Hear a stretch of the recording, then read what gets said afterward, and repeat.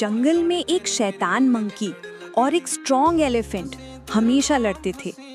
Monkey हमेशा elephant की सूंड खींच देता और एलिफेंट गुस्से में जोर से धरती हिला देता। एक दिन मंकी पेड़ से गिर गया तो एलिफेंट ने बिना सोच समझ उसे अपनी सूंड से पकड़कर बचा लिया। उस दिन उन दोनों की दोस्ती शुरू हुई। धीरे धीरे वो एक दूसरे की हेल्प करते, मस्ती करते और जंगल के सबसे फनी दोस्त बन गए। कुछ टाइम बाद मंकी के छोटे बेबी मंकीज और एलिफेंट के बेबी काव्स एक साथ खेलने लगे और सबका हैप्पी एंडिंग हो गया।